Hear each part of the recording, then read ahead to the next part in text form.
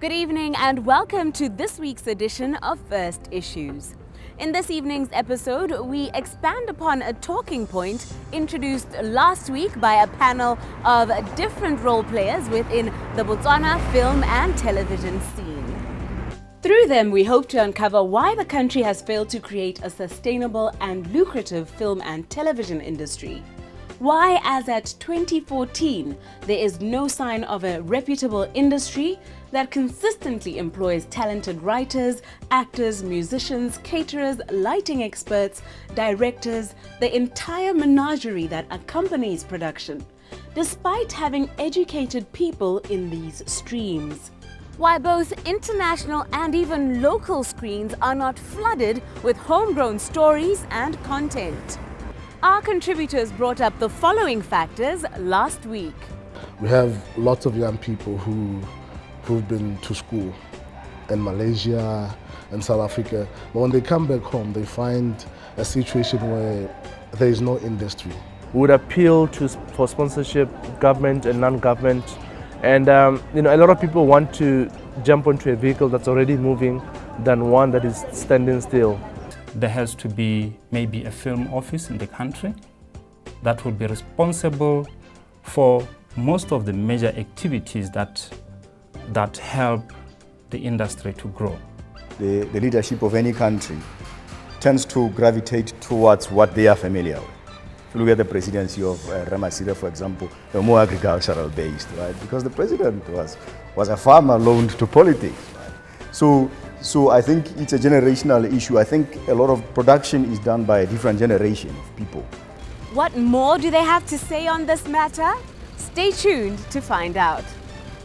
Welcome back to First Issues, as we look into what is hindering the development of a productive and dynamic film and television industry in Botswana. Three of our guests return tonight: academic and practitioner Bokang Ditlhokwa, businessman Tony Tabona, and former scriptwriter and director turned journalist Tshireletso Motlogelwa. In our previous episode, Tony had brought up the fact that both the private sector and government are hesitant to invest in a nascent industry, willing rather to part with money for ventures that were better established. Tonight he says that on top of all these challenges laid before us, Botswana themselves are a hindrance to the promotion of this industry. I think if we can have more interest from people that are willing to support local productions, local stuff, I'm a cinema goer. Every time certain productions come to the cinemas are full, And one of the challenges that we had when we launched the the Botswana Independence Film Festival was that we had content, but we knew it was going to be a challenge for the locals to come and support that talent, for it to grow to what it should be. And by so doing, we had to invite international celebrities as a magnet towards, showcasing what we had. And I question, it was a good initiative, but it's something that is expensive to do. I just want the industry to get to a point where, just like the Nigerians, they're proud of their product. Whether it's music, whether it's fashion, whether it's film, they support it, they buy it. And that's what pushes the vehicle to keep going, If we can have our Botswana support what locals are doing all across, from film to music and other developments that are happening locally in the entertainment industry, I believe that there can be something that will also shake corporates, shake non-government, because they want to put some money onto something that they can see. It's a platform for them to get mileage. So we approach people. We have an initiative. It's film. They don't know it because people are not talking about it. So if people can talk and support the film industry, the music industry, then we'll get a bigger buy-in from sponsors to come in and support us. And that way it will just grow the industry. Yeah. But is Tony petitioning for the support of a sector that our next contributor says is one without direction? For now, I would say that we do have a young film and television industry. But it has rather taken too long to grow. At the moment, or as I speak, I would say the industry is on autopilot. It's on autopilot in the sense that there are no guiding principles that govern the industry. Anyone can come from anywhere and come and do whatever they want and live. And in that way, it brings down the goodwill of the industry, because there's no way an industry of this nature can grow without the guiding principles. If you look at, say, 2000, early 2000, mid 2000, I think we had an interesting phase where the national broadcaster, which is BTV, I thought was more active than it is now. And I think it's central, as we said before, that if you look at the UK market, for example, BBC is more active in how it guides what production is done and how talent is developed. It's very central to that. So at that stage, I thought BTV was more active in whether it's in buying, or in commissioning. So I thought it was more exciting around that time. I think later on there was a lot of, a kind of a loss of direction in what it should, in how it would go. I think later on in the years now, I think it's a bit more passive, in the way that it guides how the industry is going. But I thought also at the time just the general energy was higher than it is now. I think people were more interested in doing major projects and how they would want things to be done. I'm not saying there's no production. There's a lot of production, but I think at a general level, the scene is a bit muted, except for productions that you get, whether it's music videos or short-term projects that people are just shooting on the sides. That's why I think you find a lot of production houses actually packed up, major production houses packed up and went out of business. Some of them went into farming, some of them went into all sorts of sectors. So I think it has gone down, and there are reasons for that. And some of them I've already stated. But I think there are also other reasons which are at a much higher institutional level as to where do you put production and who's supposed to be in charge of production, what elements and how do we develop the sector at what different levels and what different needs, and how do we provide for those needs. When talking about film and television industry, we're talking about maybe two major areas of the economy that can be divided, but the dividing line is very thin. Most people think that film and television is one and the same thing, but it's not. These are two separate entities. Television is limited to television. Otherwise, people produce programs with the intention of broadcasting. But when it comes to film, that's a totally different area. We're talking narrative films, and narrative films are limited to the cinema halls. So in terms of film production in this country, we haven't really seen much happening or taking place. But television, yes. Mainly because BTV came about in 2000, and as a result, sort of motivated the local independent producers to start production. The role of the national broadcaster is evidently a sticking point, but questioned on whether the problem could be a lack of talent in Botswana. On this point, our contributors are unanimous. There is talent in this country. There are people that are willing to act, to produce. I know so many people that are sitting with scripts at home that are not out there because they lack finances, they lack support. And I just want to appeal to the corporates, to the government. I mean, our government is doing quite a big role, considering that they've sponsored so many students in the media industry in different institutions, locally and internationally. So, they are playing a role. If we can also as a community play our part, to support whatever is out there that is being produced, and also appealing to the corporates, if they can also, extend a hand to support whatever they see happening locally. I believe, given 5 years, this industry will turn around. I think talent-wise and technically, I think it has improved actually over time. I think you are seeing a lot of young people who are much more mobile. Some of us were trained in a much more traditional schools where there is film and there is video and you have to splice and you have to do all sorts of things. Now you're getting young people from different institutions with a different philosophy who are using, video with a different level of expertise, and the production values are going higher, even though I think the costs are going down.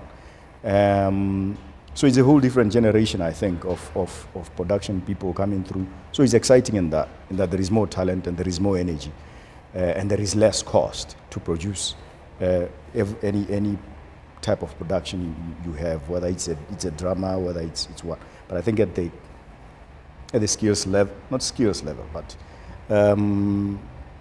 at the development level, it is failing, I think. Where Tshireletso seems to place the responsibility of spearheading industry change squarely on the shoulders of decision makers, Bokang points to the independent producers themselves. First, identify the market. Where is the market? Do we have the market? Regional, local, regional, global market. Yes, we do have the markets. But do we have the systems in place, the support systems or structures in place that will foster growth?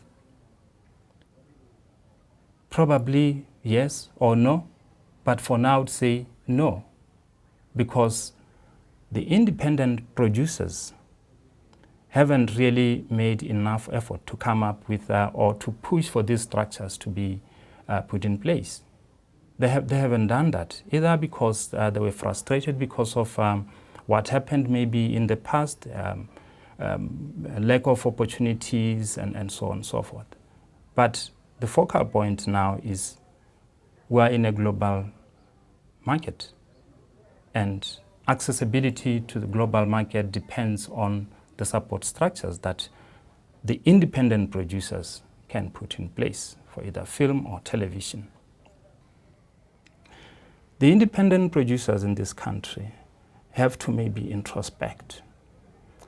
Think about this whole issue of production in a holistic manner, I would say. Let's look at the production industry in a holistic manner.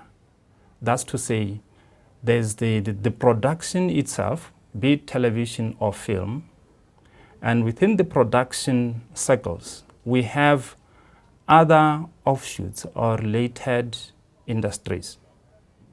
So moving forward, let's bring all these under one roof.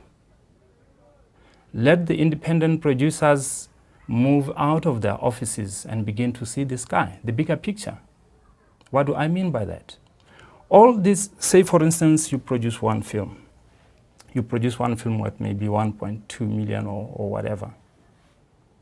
After producing that film, think about that as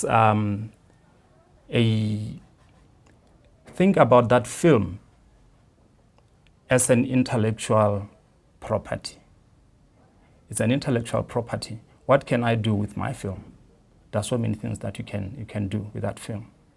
Think about the associated industries or how you can best explore and exploit that film so that you spend the next 5-10 years working on just one product. You're not looking at the Magwinya type of business where you sell every day. No, you have one product and you try to keep that product, market it for a period of 5-10 years, during which you look at the neighboring rights, try and exploit the neighboring rights.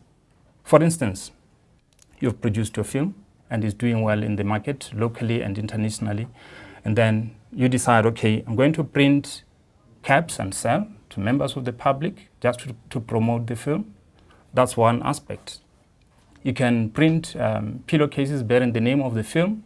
You can extract music and license bits and pieces from that. You can have various, in other ways, various licenses from that film.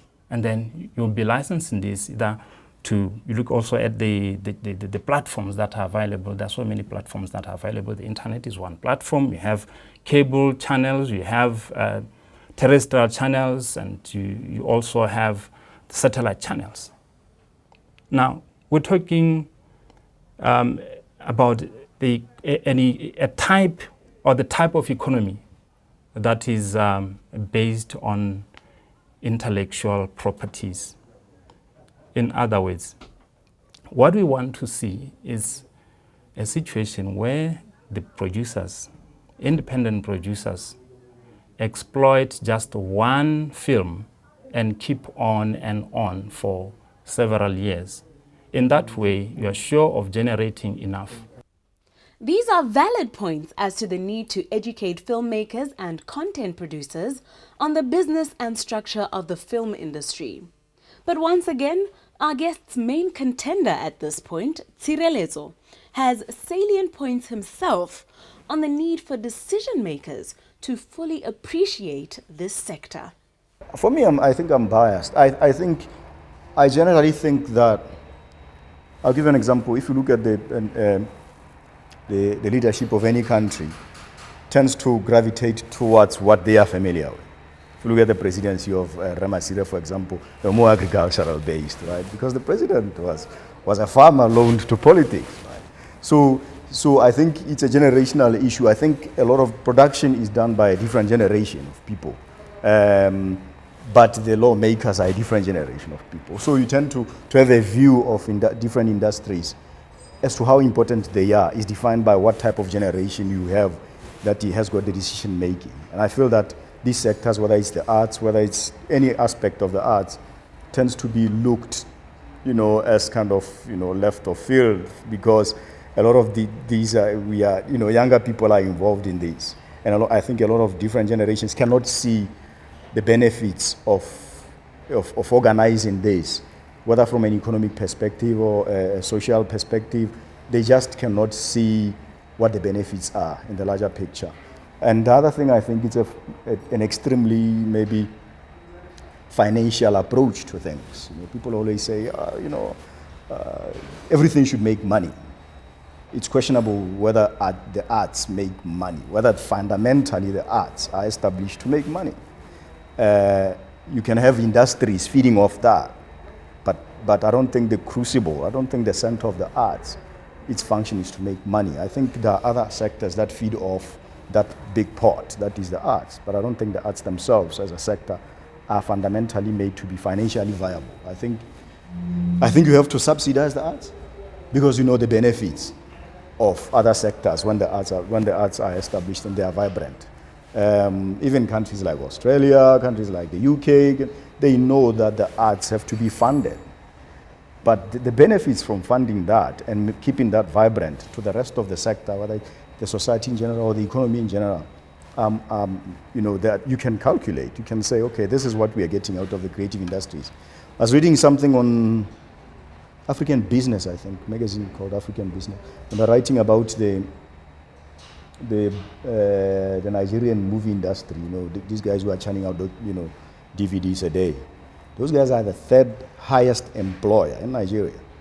So you can tell the contribution that the industry makes to the economy. There's no question that it does. We just have to organize ourselves and say, okay, this is how we want to approach the arts, and this is how we want them to feed into the rest of society. But we cannot be fundamentalists of finance, and we say, okay, you make money, we'll give you 10,000, bring 30,000 tomorrow, or we give you 5 million, bring 6 million. Even Hollywood movies bomb, man. So the arts are not meant to, I don't think they're meant to create money. But they're meant to feed other sectors, so that then ultimately you get financial, sometimes social, upliftment. So I think we need to change our philosophy as well. But it's not just the arts that make a loss. If you look at agriculture, for example, how much has agriculture been subsidized in the last, 3 decades, for example? It runs into trillions of pula, I think. But we still subsidize it. Why? Because it's very important for us to keep our agriculture sector going. If you need to subsidize fertilizers, we do that. If you need to subsidize your tractors to move into the fields and plow, we do that because it's very important. So I think it has to have the same approach, that we need to understand that the arts feed into the rest of the economy, but they're not necessarily financially, a financial, what can I call it, a money-making scheme. It is now time for the stock market review, courtesy of the Botswana Stock Exchange. Good evening. Let's have a look at last week's capital market statistics. We start with the DCI, Domestic Company Index, which was up 0.05% from the previous week, whilst the FCI, Foreign Company Index, was up 0.6%. Total turnover for the week was 11.3 million pula, a daily average of 2.3 million pula, and the total number of shares traded for the week was 3.3 million. For the year 2014 so far, the DCI is up 1.45% compared to a 15.4% increase at this point last year. The Foreign Company Index, FCI, is up 0.92% compared to a decline of 1.45% at this point last year. Total turnover for 2014 is 1.2 billion pula compared to 976.1 million at this point last year, whilst the number of shares traded for 2014 is 328.2 million compared to 345.1 million at this point last year. A look at our ETFs shows the Better Beta ETF gaining 25 thebe during the week to close the week at 42 pula 50 thebe, whilst the New Gold ETF was stagnant for the week and it closed at 112 pula 20 thebe. That was your stock market roundup. Thank you very much and enjoy the rest of your evening. We have lots of young people who've been to school in Malaysia and South Africa, but when they come back home, they find a situation where there is no industry. We would appeal for sponsorship, government and non-government. And a lot of people want to jump onto a vehicle that's already moving than one that is standing still. There has to be maybe a film office in the country that would be responsible for most of the major activities that help the industry to grow. People are doing what they have to do. People are shooting movies. There is a group of young people on Facebook. The other day they were asking for different contributions. If you are a script writer, come along. If you are a cinematographer, bring your stuff. Let's come and shoot something. So people will always be shooting. We leave this matter here tonight, but when the show returns next week, we will have gone straight to the top of the food chain, to the Deputy Permanent Secretary in the Office of the President himself, former head of the Department of Broadcasting Services, Mokhomutsi Kaboya Mudimo, to get his views on this issue. Until then, from me, Nameto Sibina, the team behind First Issues, and our sponsors First National Bank, we wish you a good night and pleasant viewing.